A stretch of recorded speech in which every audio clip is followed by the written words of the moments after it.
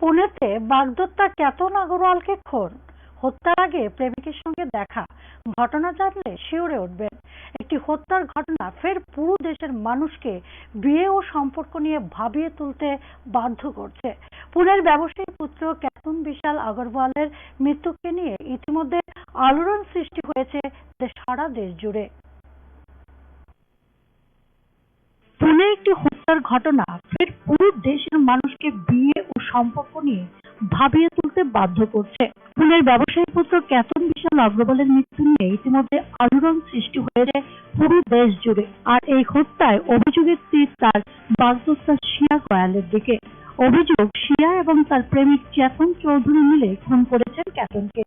তবে এই অভিযোগের মাঝে ফের এক চাঞ্চল্যকর তথ্য প্রকাশ্যে আনলো প্রকাশিত হলো সিসিটিভি ফুটেজও। যে মৃত্যুকে দুর্ঘটনা বলে ভাবা হয়েছিল সেটি কি আসলে পূর্ব পরিকল্পিত, পূর্ব কল্পনার মাফিক খুন করা হচ্ছে, এমনই এক তথ্য এবার সামনে আসছে। জানা গিয়েছে পুনের কাছে লোহাগড় দুর্গে তার বাগদত্তা কেতন আগরওয়ালকে হত্যা করার কয়েক ঘন্টা আগে অভিযুক্ত শিয়া গোয়েল তার প্রেমিক চেতনের সঙ্গে এই হত্যাকাণ্ডের পরিকল্পনা করতে দেখা করেছিলেন। তারপর ঘটে যায় এই মর্মান্তিক দুর্ঘটনা।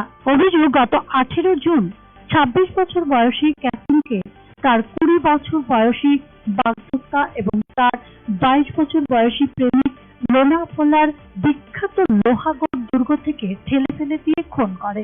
ফেব্রুয়ারিতে কেতনের সঙ্গে বাগদান হয়েছিল এবং নভেম্বরে জয়পুরে এক জাঁকজমকপূর্ণ অনুষ্ঠানের মাধ্যমে বিয়ে হওয়ার কথা ছিল।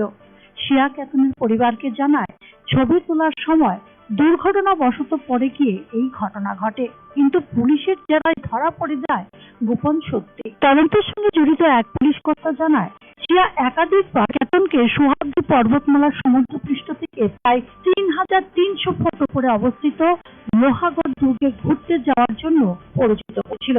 31শে মে দম্পতিটি লোহাগড় দুর্গে গিয়েছিলেন, কিন্তু 4 দিন পর আবার দুর্গটি পরিদর্শনের জন্য জোর করেন শিয়া, কিন্তু কেতনের মা তাকে দ্বিতীয়বার সেখানে যেতে দেননি।